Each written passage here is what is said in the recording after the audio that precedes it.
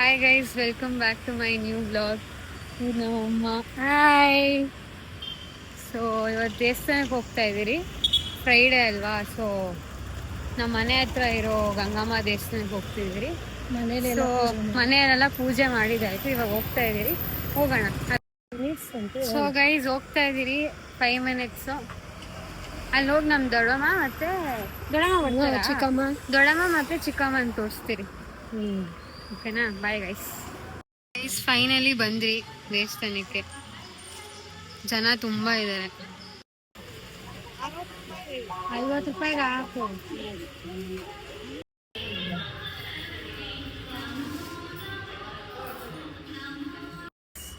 ತಿರ್ಗಾ ಸಿಕ್ದೆ ನಿಮ್ಗೆ.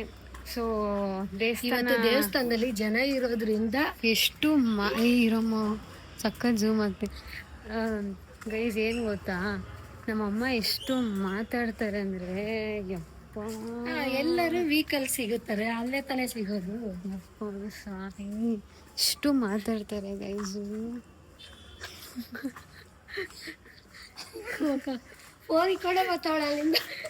So guys, ನಮ್ಮ ದೊಡ್ಡಮ್ಮ ಪೂಜೆ ಮಾಡ್ತೀವಿ. ಅವ್ರ ಮನೆಗೆ ಇವಾಗ ಹೋಗ್ತೀರಿ. ಇದು ನಮ್ಮ ಹಳೆ ಬಿಲ್ಡಿಂಗ್ ಗೈಸ್. ಇಲ್ಲಿ 3rd floor ಇದ್ದಿದ್ದು ನಾವು. ಇಲ್ಲ ಕೇಳಿಸುತ್ತೆ, 3rd floor ಇದ್ದಿದ್ದು ನಾವು. ಇವಾಗ ಯಾರೋ ಬಂದಿದ್ದಾರೆ. So let's go to my guys. ಇಲ್ಲಿ aunty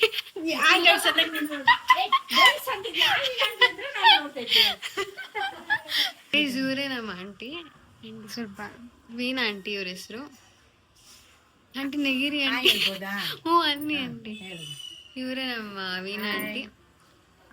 mummy friend, close friend ಎಲ್ಲರಿಗೂ. ಸೊ ಎಸ್,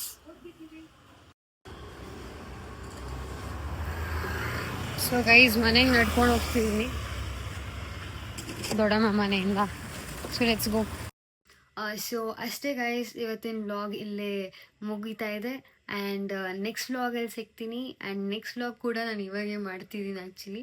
ಸೊ ಅದರಲ್ಲಿ ಏನಾಗುತ್ತೆ ನೋಡೋಣ.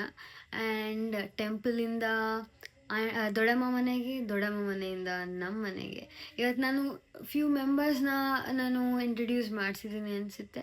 ಸೊ ನೆಕ್ಸ್ಟ್ ಬರ್ತಾ ಇರೋ ವ್ಲಾಗ್ಸಲ್ಲಿ ಇನ್ನೂ ಜಾಸ್ತಿ ಜನ ಇಂಟ್ರಡ್ಯೂಸ್ ಮಾಡ್ತೀನಿ. And until then stay tune.